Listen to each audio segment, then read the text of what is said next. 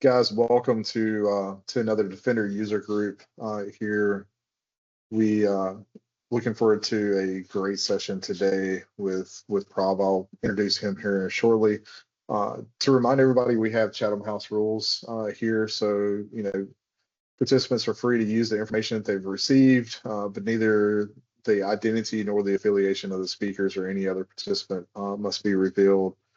If you're not yet a member of the Defender user group, please take a moment to raise your phones, scan the QR code. Promise this is a safe QR code. We're not trying to spam you with anything here, but this is to get you involved in our LinkedIn group, so that if you have questions you want to take and be maybe a speaker and stuff later on, you've got a topic that you want to bring up to us, you can reach out to us through the Defender user group. It's also a community for you guys, so that you can actually take and continue to ask questions with each other and share information. We do want it to be more of a community-based effort as well.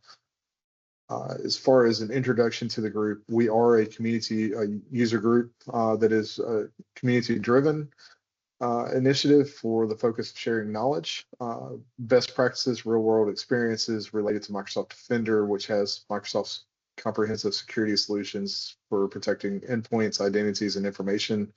Of course, this is built for you guys, not necessarily just people like myself or Prav who work in the industry, but this is also built for the people that are actually in different fields across different companies, organizations, or even trying to learn and skill up so that they can make an impact within the security world. If you do want to contact us, please reach out to us through the email that's on the screen for doug@ontenu.io. We also have a podcast that you can follow that is called Defend Your Time. These are short snippets.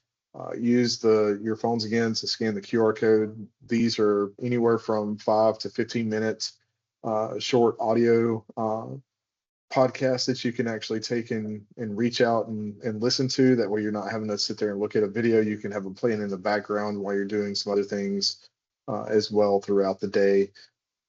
And so look no further for the reason why you guys are actually here. Our guest speaker today is Prav. If you want to scan the QR code that's here on the screen, this is going to get you to his LinkedIn, but I know he'll have this posted up in just a few minutes as well. Prav, go on and introduce yourself for us. All right, thank you, Daniel. Let me just share the screen. Cool, so hopefully that's visible. Okay, so thank you, Daniel and Wafe, for having me on the Defender user group today. My session will be on connecting Microsoft 365 to Microsoft Defender for Cloud Apps, pitfalls to be aware of. Now, this may seem seamless at first, like everything's already in place and everything should be connected, but this is actually your wake me up moment. It turns out what looks connected on the surface leaves gaps beneath. Okay, so a bit about me. So I'm a Microsoft Dual Security MVP in Purview and SIEM XDR. I'm a lead Microsoft 365 incident responder in a financial services organization. I have quite a few Microsoft certifications. I have the AZ500, the SC400, the SC200, and the MS500. I have over 6 years experience across the whole sort of Microsoft security stack, which includes Purview Compliance, Defender XDR, Azure, and Sentinel. And I actively contribute to the community through being a technical reviewer for various book publication companies like Pact and Orange AVA. And I also like to speak at talks like this and contribute on podcasts and other platforms that have me. And this is my LinkedIn and my GitHub. So I'll leave the QR code for a few seconds if people wish to scan. Okay, so we're going to be talking about what is MDCA, which is Microsoft Defender for Cloud Apps. We're going to cover the fact that it is connected, but how connected is it really? We're going to talk about enabling the M365 files and enabling the M365 activities components. We're also going to cover some common errors around your tenant being dehydrated and the UAL not being enabled. Don't worry if you don't know what this means. We'll dive into those shortly. We're also going to cover some general troubleshooting that can be helpful if any issues occur during the sort of integration process. We're also going to audit when these components are enabled, so you can track those changes in the tenant. I want to touch on multi-instance apps as well. And finally, we'll touch on disabling the app connector. I strongly recommend you listen well, because then you won't have to cry for me. With full visibility, you'll stay one step ahead of potential risks. Okay, so let's give an intro in. Sorry? Okay, so we'll give an intro into Defender for Cloud Apps. So whether you know it as MDA, MDCA, I'm sure we can all agree, long live MCAS, right? So stepping back a bit, Adalem was a Israeli startup that Microsoft acquired, and them acquiring this basically allowed them to have a CASB solution. What is a CASB? A CASB is a cloud access security broker, and the idea is it lets you monitor your traffic from your endpoints to your SaaS apps, so things like Dropbox, Salesforce, Box.com, etc. And then eventually that turned into MCAS, which is Microsoft Cloud App Security, and then became Defender for Cloud Apps. Yeah, so we touched on what is a CASB. We touched on control monitoring traffic. Just the kind of example on Dropbox, right? So for example, let's say in your organization, you do allow Dropbox because maybe you have a partner or a client that uses Dropbox, but you may wish to restrict certain actions for files leaving the organization, right? So for example, you may wish to allow less than confidential files to be sent to Dropbox, the partner instance of Dropbox, but you may not wish to have confidential and above. So you can really restrict the traffic and monitor and control those as per your requirements. There's this concept of sanctioned and unsanctioned. So the way it works is, for example, if you have Dropbox and it's an authorized app in your company, you can sanction the app, which will allow the traffic to flow. But again, you can monitor and restrict that traffic based on certain use cases. You also have the component of unsanctioned.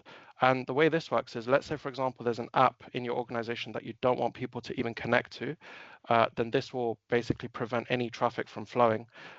There are some components here you do need to bear in mind. So if you have, for example, Defender for Endpoint integrated, then by default, if you unsanction an app, any traffic flowing from the endpoint that's onboarded to Defender for Endpoint will be blocked. But if, however, you're using like Zscaler or Palo Alto Firewall, etc., then you will need to make those integrations as well. Okay, then we have Cloud Discovery. So Cloud Discovery will basically identify new apps that your users are connecting to in Defender for Cloud Apps. The way to think about this is, for example, let's say your company doesn't do business in certain locations. This is a cyber talk, so let's choose Russia and China, North Korea, etc. If a user visits a sort of a news website in those countries, they could be suspicious, they could have any sort of malware on them. What it will do is Defender for Cloud Apps will alert you to say, hey, a user tried to access this new app, and then you can decide whether you want to sanction or unsanction that app, right, which we covered previously. And then there's this concept of app connectors. So like I gave the example of Dropbox earlier, you need to set up the app connector for Dropbox within M365. There's, of course, other app connectors around Salesforce, ServiceNow, etc. But the focus of this talk is the M365 app connector. So Defender for Cloud Apps is connected to M365, right? As you can see in this screenshot here, under the status, it shows connected. Okay, well, if it's connected, job done, thank you everyone for coming. Hope you enjoyed the talk. Well, no, not really, because there's actually some components within that aren't connected. But before I come to that, just for anyone new to this, the way to get to this screen to see your app connectors is you go to the Defender XDR portal, which is security.microsoft.com. You go to settings. You go to Cloud Apps, you tick Microsoft 365, and then Edit Settings, which is the first icon in orange here. We'll come onto the yellow icon towards the end of the talk. But once you click Edit Settings, you will see that these are the components within that you actually need to enable. And as you can see, the first one of Enter Users and Groups is completely grayed out, and this is ticked by default. This is actually a prerequisite which allows you to monitor the users and groups in your tenant from Defender for Cloud Apps. So this you can't untick, you can't undo, you can't make a mistake. It's there by default. At least Microsoft did one thing correct in this case. Okay, then you have Entra ID management events. So these allow you to audit any sort of activities in Entra ID at the management plane. So what do I mean by that? So if you disable a user, if a user registers a device, if you dismiss a risk for Entra ID protection, all of those will be audited at the management plane, and that's what this integration allows you to monitor and get visibility of. Then you have Entra ID sign-in events. So sign-in events allow you to audit the sign-in and sign-out activities of users, which can be helpful during an incident or any sort of internal investigations. You then have Entra ID apps. So any app in your tenant that needs to communicate with Microsoft 365 services like SharePoint, Teams, OneDrive, etc., will need various permissions in Graph API to make those calls. And then it uses OAuth under the hood to establish that as well. But this Entra ID apps sort of config option here will allow you to monitor those apps. I'm not going to dive too deep into the Entra ID components because I'm not as familiar, but maybe we could save that for a future talk if there's interest. It will definitely push my sort of research abilities as well. But then we have the Microsoft 365 activities.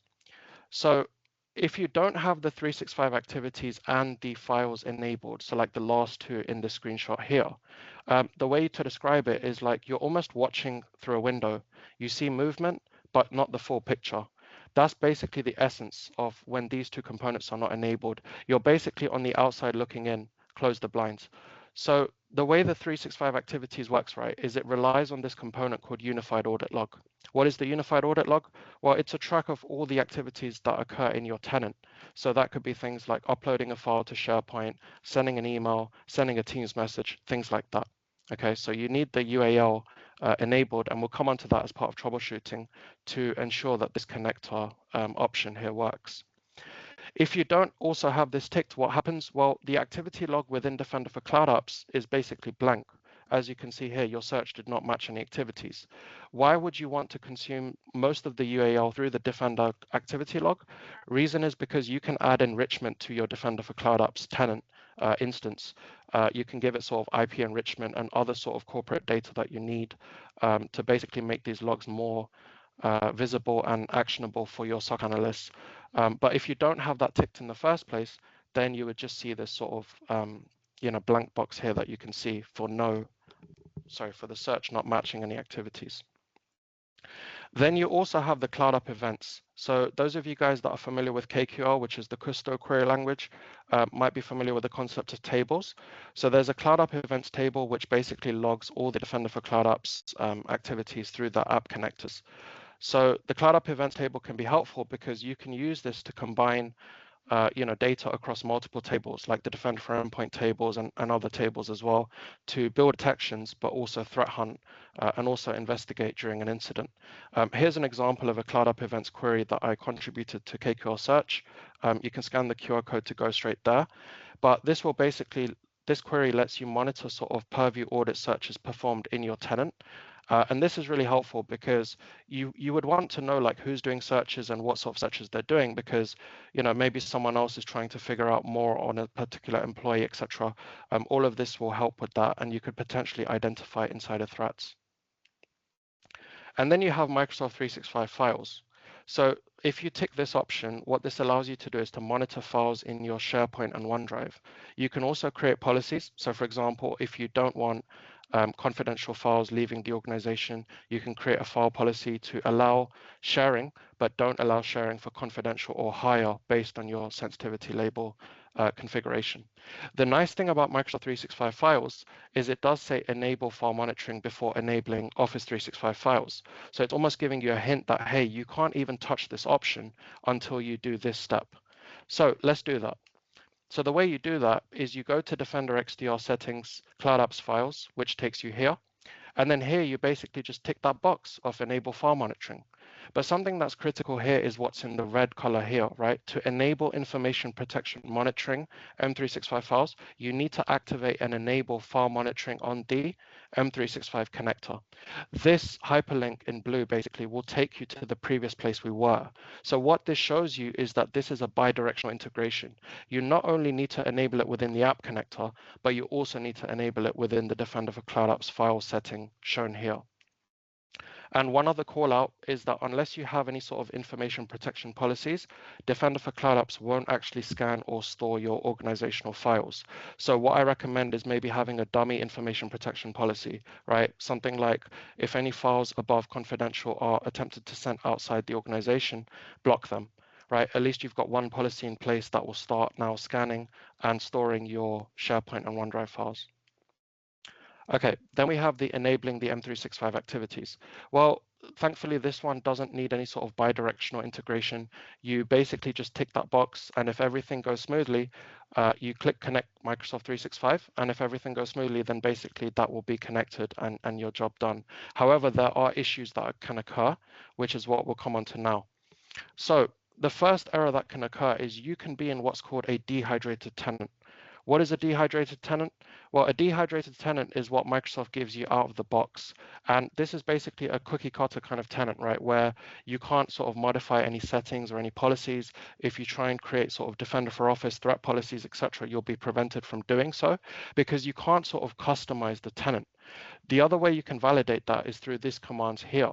So firstly, you need to connect to Exchange Online, again with the relevant permissions, and then you can run this get-organization config commandlet, and you can output the field of is dehydrated, and you can see the value of true here. The way you fix that is you need to run this commandlet, which is enable organization customization. Here, you don't need to supply any parameters or anything. You literally just type that in and press enter, and then it will basically go ahead and put your tenant in a state where you can customize policies and settings, etc. If you want to validate that that's been done, again, you can run a similar commandlet as before, like in the first step, and you'll now see that the value is false. One thing to call out is this is a one-time operation. So once you deviate away from the out-of-the-box config, you can't go back, right? It's kind of like Pandora's box. Once you've opened it, you can't go back. So when it comes to the question of if you try, what happens? Well, thankfully, there is an error message, and this error message is actually quite easy to understand. It says this operation is not required because it's already enabled. So when it comes to the question of can you hydrate after hydration? No, you can't. Okay, the next error is around M365 activities, and this is specifically if the UAL is not enabled. We touched on the UAL earlier, which is the Unified Audit Log. The way you get to that is you go to purview.microsoft.com, you go to the solutions blade on the left, and you find Audit. Okay, so Audit is a solution within the Purview stack. There's many other solutions, but within the Audit solution will let you start consuming the UAL. Now, the immediate thing to see is this blue bar here, which says start recording user and admin activity. Okay, if you see that, then that basically means that UAL is not enabled. So what you can do is you can tick that option and it will start polling it through, or you can also do it through PowerShell. But the first thing you want to do is you can verify through PowerShell if your UAL is enabled or not. So there's this commandlet of get admin audit log config, and then you can output the field of unified audit log ingestion enabled, and you'll see this value of false. The way you fix that is you go to this commandlet here, which is set admin audit log config. You need to specify a parameter of unified audit log ingestion enabled, and you give it a value of $true. This does take some time. It does say it can take up to 60 minutes. But once it's done, you can run the same as the previous command, and you'll see that now the value is true, and also that the bar has gone away that was there previously. Okay, so let's move on to some general troubleshooting. The good news here is that the M365 App Connector actually offers a built-in troubleshooting tool, but there are varying degrees of success here. So it can be helpful. One instance where it was helpful is when it told me about the hydrated command and also that the URL wasn't enabled.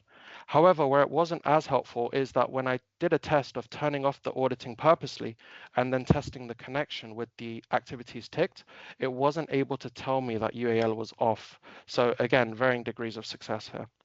There's also these kind of unusual kind of or lack of verbose kind of messages, like for example, no recent status, right? What does that mean? Like nobody knows. Okay, has it actually tried? Has it not? There's no way to know. The one good thing, however, here is there is this test connection button. And if the connection, everything flows through, like the data polls correctly, then you'll get the success message. If it doesn't poll through, then you'll get kind of errors here, right? So you can see here connection error here as well. However, if you can see one is in orange and one is in red. Again, I don't know why there's sort of different icons here. If anyone from Microsoft is watching, maybe they can do a better job of simplifying this. But if you click on details on the connection error on the left-hand side screenshot on the bottom, it will bring up this side pane here. And what's really good here is the details, right? So you can see in the second half of the right-hand side screenshot, there's this details, which is quite a long kind of details here. I've particularly scrolled to the middle part here because there's something I want to highlight. And what I want to highlight is the second line here, which says Microsoft Office compliance audit data service exception, tenant, and then tenant ID does not exist. Remember that at the back of your mind if you can. Compliance audit data service tenant does not exist. The reason why I asked you to remember that at the back of your mind is because of this. So this is actually the troubleshooting documentation that Microsoft offer for this app connector. You can also get to this. If I step back a minute, there is this troubleshooting guide here in blue. If you click that, it will take you to that page directly. And here's the QR code if you wish to scan it as well.